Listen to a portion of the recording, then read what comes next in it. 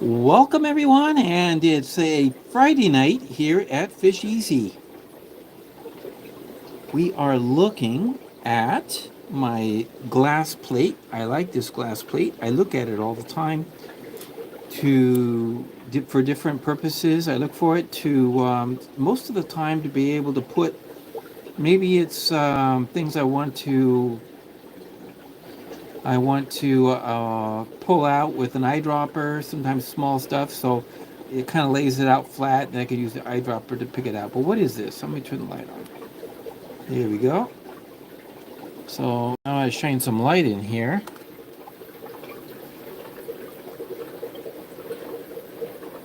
This week we have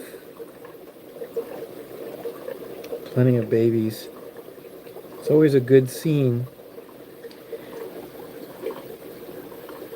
These fish will start moving about when they see the light. They prefer it dark. There's one way to find out if you've got babies.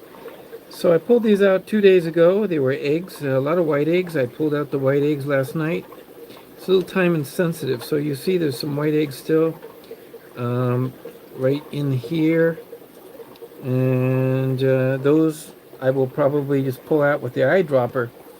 So this is a group of Lucipennis, and they came out of the egg trap right there 2 nights ago. And the temperature of the tank is even down to 77. It's actually quite cooler than it has been. Hello everyone. Good to see you, Red Laser. Go with the Flow Aquatics, Benjamin Peters. Of course, we've got Jeff in the house.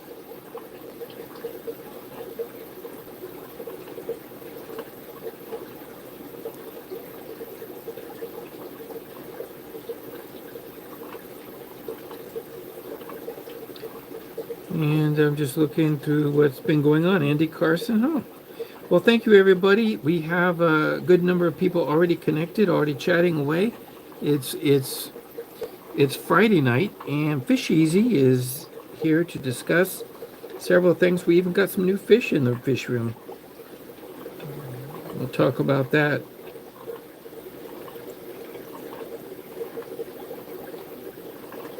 I don't know how many are in here, but it looks like a good number. It could be 100. Look over in the corner here, I see. Let's see if I can get the light better. In the corner, there's quite a few. But yeah, I like this this little plate. If I could get some more, I would. This was made at IKEA. I don't know. I got it at a secondhand store. It's definitely an IKEA brand. And I just covered up the camera. But it's kind of nice because I can pour the contents of the egg trap into this thing and just let it sit here for a couple days while they're eating their yolk. They're just started free swimming today, and they're zipping around. I don't really even have to. Some of them are just kind of like freshly hatched. If you notice, they're like wiggling in place, vibrating, and they got big bellies. They're still going to eat the yolk sac that they have. So there's no reason to really feed them yet. When I was talking to I think it was Lee Davidson earlier this week, and we were talking about. It's funny, just happened to be talking about the catfish. When you pull them out, you don't try to remove the eggs and put them in a sterile environment. That's a big no-no. The all the crud that you see here came out of the trap. It's the debris and the detritus and everything. That really should stay with the fry.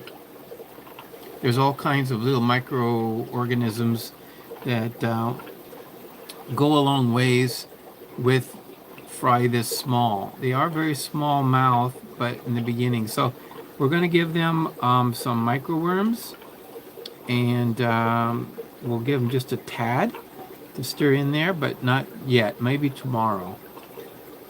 Maybe tomorrow. Right now, because I still see a lot of them hatching and egg. And when they kind of swim erratically, then it means that they're just starting to get their motor skills going. So here we are in the fish room. I like to sit here, and this is my view when I'm sitting here, and I look at the tanks on the right, the left, everywhere.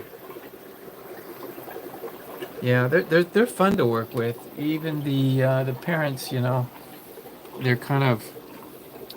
I've learned that they do better in the low light level, low lighted tanks. So this is just got the blue lights on, and they do come out. Of course, these are the breeders. They're all mature. This is as big as they get, really. Um, these are not the Petricola. These are the dwarf Petricola, meaning they stay more like this size. I think this is a very doable size. And what I've also found is that in this tank, I put with the blue light, they're very compatible with like red tiger barbs, the ones that glow under blue light, and they don't bother them. They seem to cohabitate very well. And so this tank, the ones I had in here, I had a bunch. It was kind of neat to see because they would really show up well. But those have been sold. They were moved on, and so yeah, Andy Carson, thank you for joining us tonight. Let's see if I can set my camera. Okay, yeah. So welcome everyone to FishEZ. We're having a Friday night kind of a questions and answers, and maybe some of the issues that have come up over the course of a week. It always happens in a fish room. There's always something going on, something new, something old, but something exciting, something sad. It always happens. There's always that constant stuff going on.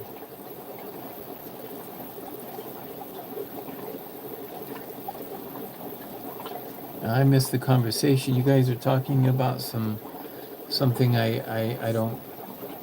I didn't catch the beginning part of. So, but anyway, first line of business is to talk about something that happened this week. It's sort of on the sad side, and it involves not me actually, but one of you, and that is Rob Lucas. So Rob, he had a very sad. Oh, Shady Grady. Oh yeah, that's who you're talking about. Okay. I haven't been on YouTube for watching much of anything this week. It's been rather a busy week, and it'll be that way next week as well. But after that, I should have some summer back. Today is the long day. Now, just so you don't know, well, just so you do know, or just so that in case you didn't know, the long day is June 21st, more or less. It's the day. Yeah, it's technically somewhere in here. Within 24 hours, you'll see that little, you know, calculated beginning of summer moment. And but that's not really what is referred to as the long day for me. Maybe not for you folks, but on the long day, it's the longest daylight of the year. So on June 21st, you wake up, sunrise and then sunset, and 30 minutes before and 30 minutes after. At least in Los Angeles, it was like that. Here, I think it's more like 45 minutes or more before and after dawn and dusk, and you get a little bit more light. But 32 years ago, in 1992, it was on this very day that I was training pigeons. I did not have fish at that time, but I had a loft of tipplers. Tipplers are a very fantastic breed of pigeon. They're just incredible. They're so strong and they're so powerful, and they're an endurance flying bird. So they were taught to not come down until signaled, and they will stay flying and flying and flying and flying. And when in proper condition, they will fly for countless hours. So just to let you guys know that I did break a record on this day 32 years ago, and that record in the United States anyway still stands. And it was later beat in Canada because when I broke the record, it was a North American record, but in Canada, the my time of 18 hours and 5 minutes of fly time actually was broken here in the Greater Toronto area. Of course, by some of my friends, those who I've had known for a number of years, and part of the national clubs and so forth, so forth. So tipplers, I had to leave the sport when I moved to Brooklyn, New York, at some point, and that was 1992. Also, that was right after the record-breaking kit. And yeah, you can learn about what I did, and at the time that was in at tipplers.com.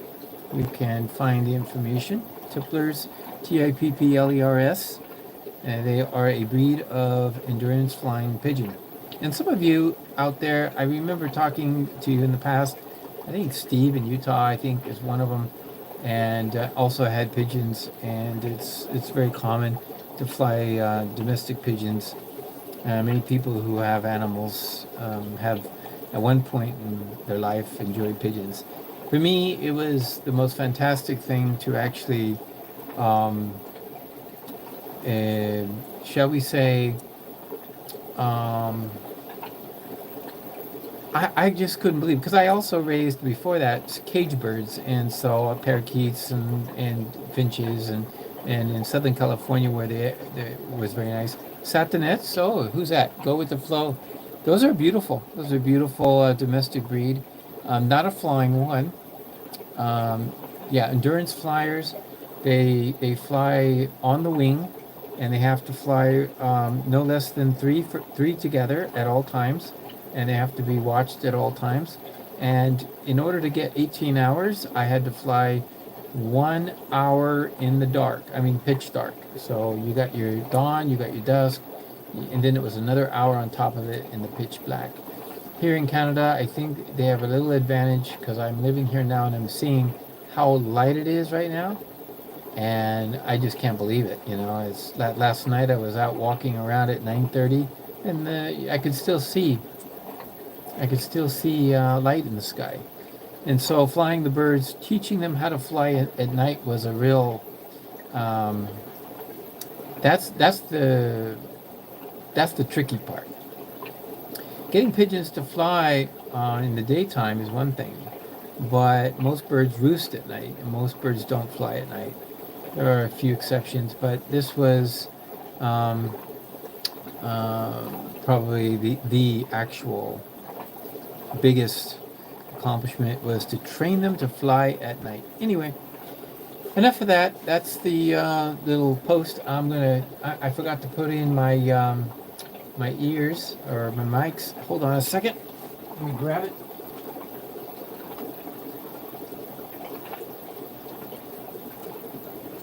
Yeah.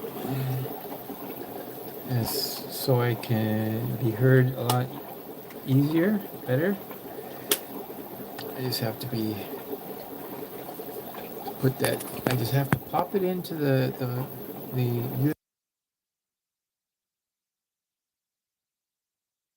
and now you can hear me better.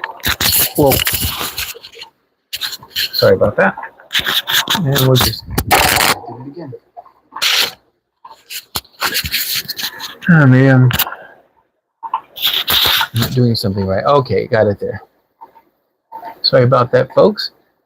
And let's see. What information can you take from the pigeons and apply to fishes? Well, it's interesting. There's always information. Good husbandry is important, and so breeding, it's also important. And there's a lot of things that work across the board. For example, genetics. And in one area, like if I had there was certain kinds of colors that you would get out of pigeons. For example, let's just talk about that for a second. And it would be like a blue pigeon that carries a recessive gene that dilutes